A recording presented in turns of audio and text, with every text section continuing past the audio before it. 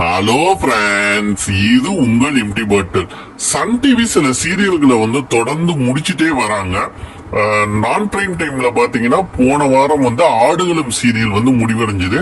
அதுக்கு முன்னாடி prime time ஸ்லாட்ல ஒளிபரப்பு போயிட்டு இருந்த செல்லமே செல்லம் சீரியலும் முடிஞ்சிருந்தது. இந்த ரெண்டு சீரியலும் சமீபத்துல தான் ஆரம்பிச்சாங்க. கிட்டத்தட்ட ஒரு ஆண்டுக்குள்ளார கூட ஆகல செல்லமே செல்லம் சீரியல்.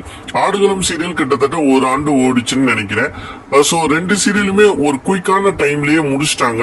இதுக்கப்புறம் இன்னும் சில சீரியல்களும் சன் டிவி முடிக்க இருக்கிறதா சொல்லப்படுது. அதுல ஒரு முக்கியமான சீரியலா நான் பிரைம் டைம் ஸ்லாட்ல தினமும் மதியம் 1 மணிக்கு ஒளிபரப்பாயிட்டு வர வினோதினி சீரியலும் இறுதி கட்டத்தை நெருங்கிடுச்சு. அந்த சீரியலும் விரைவிலேயே கிளைமேக்ஸ் எபிசோட் அந்த சீரியலும் முடிக்கப்படும் அப்படின்னு சொல்லப்படுது. இதை தாண்டி இன்னும் சில சீரியல்கள் இருக்குன்னு சொல்லப்படுது. பட் இப்போதைக்கு பாத்தீங்கன்னா வினோதினி சீரியல் தான் விரைவிலேயே முடிய இருக்கக்கூடிய ஒரு சீரியலா இருக்கு. இந்த சீரியலும் ரொம்ப நாளுக்கு முன்னாடி ஆரம்பிக்கல, கிட்டத்தட்ட 1.5 வருடங்கள் கிட்டதான் ஓடுதுன்னு நினைக்கிறேன். இந்த சீரியலுக்கும் ஒரு நல்ல வரவேற்பு இருந்தது ஆரம்பத்துல. பட் எல்லா சீரியல்ஸுமே ஒரு கட்டத்துல அதோட வரவேற்பை கொஞ்சம் இழக்கிறதுனால சன் டிவி டிஆர்பி அதிகம் பார்க்கக்கூடிய ஒரு சேனல். பிகாஸ் டிஆர்பி எப்போதும் அவங்க கிங்கா இருந்திருக்காங்க.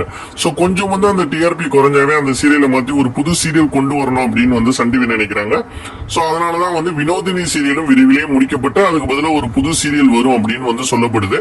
வினோதினி சீரியல் நீங்க தொடர்ந்து பாக்குறீங்களா? இந்த சீரியல் முடிக்கிறது சரின்னு நினைக்கிறீங்களா? இல்ல இந்த சீரியல் தொடர்ந்து ஒளிபரப்பணுங்கிறது உங்க விருப்பமா அப்படிங்கறத மறக்காம கமெண்ட் செக்ஷன்ல கமெண்ட் பண்ணுங்க. தேங்க்ஸ் ஃபார் வாட்சிங்.